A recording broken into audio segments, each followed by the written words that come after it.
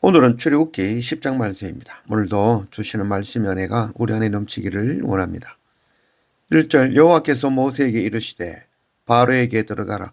내가 그의 마음과 그의 신하들의 마음을 완강하게 함은 나의 표징을 그들 중에 보이기 위함이며 네가 내게 애굽에서 행한 일들 곧 내가 그들 가운데서 행한 표징을 네 아들과 네 자손의 귀에 전하기 위함이라. 너희는 내가 여호와인 줄을 알리라. PK 파악독 우매 흑장 10가지의 재앙은 애굽 사람들만이 아니라 이스라엘 백성에게도 하나님의 하나님 되심을 알게 하기 위함이죠. 이 말씀은 곧 오늘 지금 우리에게도 동일하게 하나님이심을, 여호와 하나님이심을 지금 오늘 우리에게도 가르치는 말씀인 것이죠.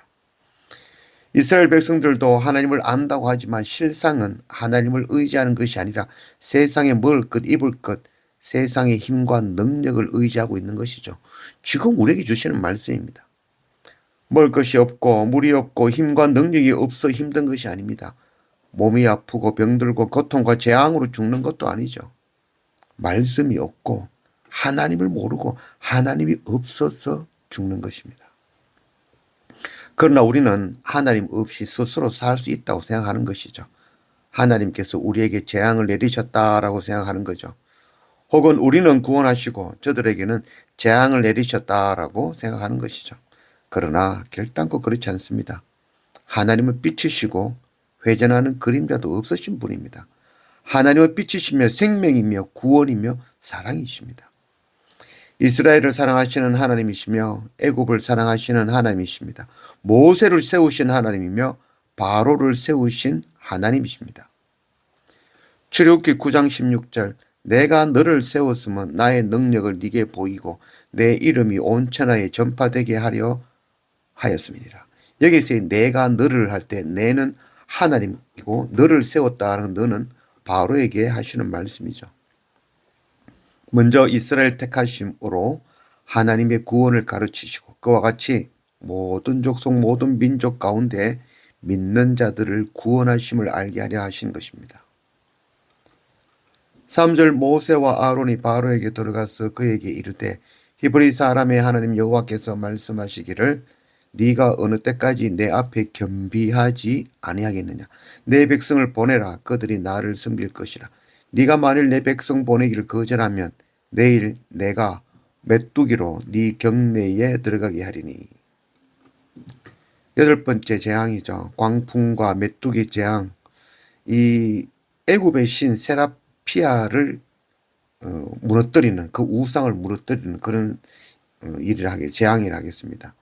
메뚜기 재앙은 우박으로 남아있는 모든 식물들을 이제 메뚜기가 먹어버리므로 사람들이 먹을 양식이 하나도 남지 않게 되는 심각한 기근을 맞이하게 되는 것이죠. 재앙은 하나님을 알게 하는 하나님의 사랑이라 하겠습니다. 기근과 재앙으로 죽는 것이 아니고 하나님을 모르고 하나님이 없어서 하나님을 대적하고 완악하고 겸손하게 겸비하지 않고 교만해서 죽는 것입니다. 7절 바로의 신하들이 그에게 말하되 어느 때까지 이 사람이 우리의 함정이 되리이까. 그 사람을 보내어 그들의 하나님 여호와를 섬기게 하소서. 왕은 아직도 애굽이 망한 줄을 알지 못하나이까 하고. 바로의 신하들이 이스라엘 백성들을 보내라고 지금 바로에게 상소하고 있는 거죠. 옳은 소리 하는 신하인 것이죠. 왕은 아직도 애굽이 망한 줄을 알지 못하시니까. 이미 7번의 재앙으로 말미암아 애굽에 남은 것이 없고 완전히 망하고 만 상태인 것입니다. 이미 무너진 애굽은 더 이상 회복하지 못하고 오늘까지 왔다 하겠습니다. 바로의 신하들도 이제 바로를 두려워하는 것이 아니라 하나님을 두려워하며 믿게 되고 있는 것입니다. 애굽 온 땅이 여호와 하나님을 알기 시작하였습니다. 이게 바로 출애굽기의 목적이죠. 열방으로 하나님의 하나님 되심을 알게 하시는 것입니다. 망하기 전에 돌이켜야 됩니다. 21절 여호와께서 모세에게 이르시되 하늘을 향하여 네 손을 내밀어 애굽 땅 위에 흑암이 있게 하라. 곧 더듬을 만한 흑암이니라.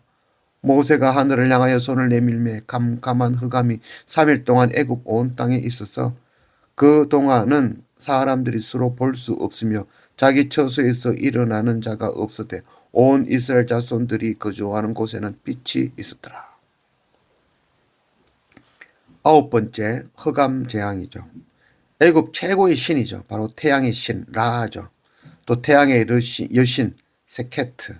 그게 우상이라는 거죠. 하나님 손안에 있다는 것이죠. 애굽인들은 아침마다 태양 신에게 제사를 지내는데 그 태양이 빛을 잃어버림으로써 창조주 하나님을 알게 되어지는 것이죠. 세상 학문은 생명의 시작이 태양이라고 가르치죠. 세상 모든 학문의 기초는 태양으로부터 시작하죠. 그러나 세상 학문은 그 태양을 창조하신 창조주 하나님을 알지 못하는 것이죠. 태양의 시작이 아니라 하나님이 참 빛 대신 창조주임을 알아야 될 것입니다. 세상의 학문은 하나님을 알지 못하게 하죠. 하나님 없이 스스로 살 수 있는 것을 배우는 것이 바로 세상의 학문이죠. 하나님을 대적하는 것입니다. 24절 바로가 모세를 불러서 이르되 너희는 가서 여호와를 섬기되 너희의 양과 소는 머물러 두고 너희 어린 것들은 너희와 함께 갈지니라. 모세가 이르되 왕이라도 우리 하나님 여호와께 드릴 제사와 번제물을 우리에게 주어야 하겠고. 타협이죠. 처음에는 바로는 애굽에서 제사 드리면 되지 왜 굳이 광야로 나갈 것이냐라고 했고, 두 번째는 어린아이들은 두고 광야에 가서 제사 드리라 했죠. 그리고 또 세 번째는 양과 소는 두고 너희 어린아이들과 함께 가서 제사를 드리라라고 지금 타협하고 있는 것이죠. 돈 많이 벌면 뭐 선교 후원하고 하나님 섬기는 일에 사용하겠다라는 말이죠. 지금 하는 공부 마치고 더 배우고 선교하겠다는 그런 잘못된 생각이죠. 국내에도 선교지 많은데 굳이 큰 돈을 들여 해외에 선교할 이유가 있느냐라는 속이는 것이죠. 선교는 특별한 사람들이만 하는 것이다 생각하는 미련함입니다.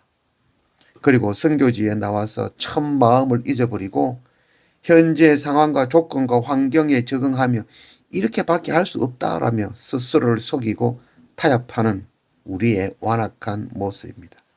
타협은 사탄의 유혹입니다. 하나님께서 애굽 온 땅에 어둠을 내리셨습니다. 사실은 하나님께서 애굽에 어둠을 내리신 것이 아니라 빛 대신 하나님께서 떠나신 것이죠. 애굽에는 어둠이 내렸지만 이스라엘 백성들이 거하는 그 고센 땅에는 밝은 빛이 임하고 있었습니다. 하나님께서 그곳에 함께 계시기 때문인 것이죠. 하나님께서 주시는 흑암의 재앙이 아니라 그 마음에 참빛 되시는 하나님이 계시지 않기 때문에 찾아오는 어둠의 재앙인 것입니다. 재앙은 하나님께서 주시는 것이 아니라 그 마음에 하나님이 계시지 않는 것입니다. 날마다 말씀과 예배를 엎드리며 주님 안에 거하며 세상과 타협하지 않고 온전히 순종하는 그런 우리가 되기를 원합니다.